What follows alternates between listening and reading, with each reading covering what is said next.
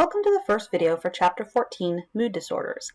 In this video, we'll discuss the symptoms of major depressive disorder and identify if there's a genetic contribution to depression. In order to diagnose different mental disorders or mental illnesses, we use the DSM-5. It's kind of like the Bible for psychologists. So DSM stands for Diagnostic and Statistical Manual, and 5 it's the 5th edition. So in order to diagnose someone with major depressive disorder, they have to have had 5 of the following symptoms present nearly every day for at least a 2-week period. It's also important to understand that the mood has to represent a change from the person's baseline. So some people just kind of had that, kind of type of personality that maybe isn't happy all the time. So in order to be diagnosed with major depressive disorder, there has to have been a point where there was a change in their personality. The symptoms need to also cause some sort of distress or impairment, whether it's socially, occupationally, or some other type of area of functioning. The episode can't be attributed to physiological effects, substances, and things of that nature. So the first symptom is depressed mood or irritable most of the day. And this can either be their own report or an observation made by somebody else. Decreased interest or pleasure in most activities of most day. So again, the idea is that they're just not interested in things that they used to be interested in. Things that they used to find joy with, they just have no desire to do. A significant weight change, and it could be an increase in weight or a decrease in weight or a change in appetite. Again, an increase in appetite or a decrease in appetite. Change in sleep. So a lot of times when we think of depression, we think of hypersomnia, where someone's in bed all day and they don't want to get out of bed and they can't sleep. But insomnia, the inability to sleep, can also be a symptom of major depressive disorder. Change in activity, so psychomotor agitation or retardation. So psychomotor agitation could be, it's just like movements that have no purpose. Wringing your hands, pacing, tapping your toes, rapid talking. And then psychomotor retardation is more of a slowing down of thoughts and movements. Fatigue or loss of energy. Guilt, feelings of worthlessness, excessive or inappropriate guilt. So an analogy I heard a while back about, especially for this guilt or feelings of worthlessness or inappropriate. So another symptom will be guilt or worthlessness.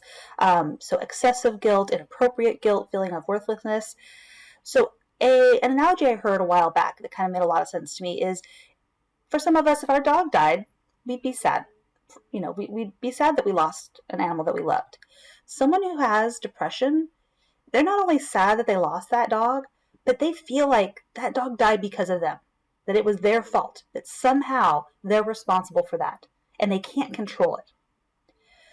Another symptom would be a diminished ability to think or concentrate, indecisiveness, not being able to focus long enough to make a decision. And then suicidality, thoughts of death or suicide or having a suicide plan. So I know these are trying times, so if you're sitting there finding yourself having difficulty, please know that these are some resources that are available for you. So here's a suicide prevention lifeline if you know anybody that needs help. And then also our OCC mental health services are also available. You just leave a voicemail or a text message to this number and someone would be in touch with you. So now we're going to talk about the genetic component of major depressive disorder. And we use this term heritability that we had previously. This term heritability came up in the last chapter. And so again, I said it was a statistical estimate of how much variation in a given population is due to genetic differences. And the way that we look at this heritability is we look at individuals that have whatever disorder or trait that we're looking at, and we then look at their relatives and we see, what's the percentage in a population of individuals that have this disorder that have other relatives that are biologically related to them that have this disorder. And is it more likely, does that percentage increase with more genetic similarity? Like we share 50% genetic similarity with our siblings, but if you had an identical twin, that's 100%. So we look at those types of things. Also comparing individuals that are adopted with their adoptive versus biological parents, and so on and so forth. So when we look at major depressive disorder, the heritability, it's moderate. So there is some sort of genetic predisposition, but again, that predisposition doesn't mean that you're definitely going to end up with depression if somebody in your family has it. And this predisposition seems to depend on a variety of different genes. And one possibility that's brought up in the literature is that possibly it's two different disorders, that we have this early onset before the age of 30, and that has that genetic component to it, or is different genes that are responsible and has more likely a genetic component to it. And then we have late onset that's between or after the age of 45 or 50, and this late onset has to do with more lifestyle factors. The depressive state came on because of loss of a job, or health issues, or divorce. Lifestyle issues brought up the depression, whereas before the age of 30, although there could be factors that socially bring up depression before the age of 30, that perhaps it's more likely a genetic component. And another possibility is that there's an interaction between genes and the environment, that it's not just we have this a genetic component, but that somehow those genes interact with the environment. So this slide is going to discuss an example that it was a study that was done, and they actually found a possible gene that could have been involved and showed an interaction between genes and the environment. So now I want to talk about an example of how genes and the environment might interact, and that involves the serotonin transporter gene. Now this gene controls the ability of the axon to reabsorb the neurotransmitter serotonin after it's released. Now, we'll see as we go through the videos that serotonin is implicated time and time again in mood disorders, and in particular major depressive disorder. Now, the serotonin transporter gene has a long form and a short form.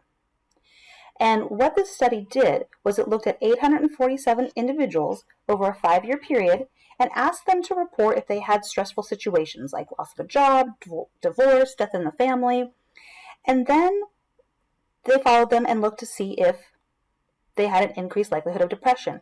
And what they found was that people with this short form of the gene, if they were homozygous for the short form of the gene, and they had stressful experiences, that led to an increased likelihood of depression. However, people that were homozygous for the long form of the gene were less likely to get depression, even if they had these stressful experiences.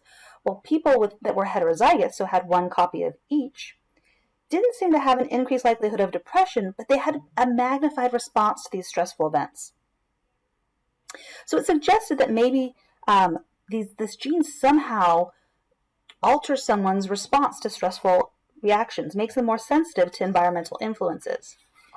And while it's a wonderful story, and I've toyed with taking it out and then I put it back in, and I keep it in because I think it's a good example of how potentially a gene could interact with the environment, but unfortunately, and it just, again, says what I was saying earlier, the short form was associated with an increased likelihood of depression after stressful events, and unfortunately, the results were not replicated. The study suggested that it may increase emotional response to any type of stimuli, but again, not necessarily replicated. And so, if you go out and you search the internet, this will come up time and time again, but it's important to understand that these results have to be replicated in order for it to be something that scientists hold and will continue to research.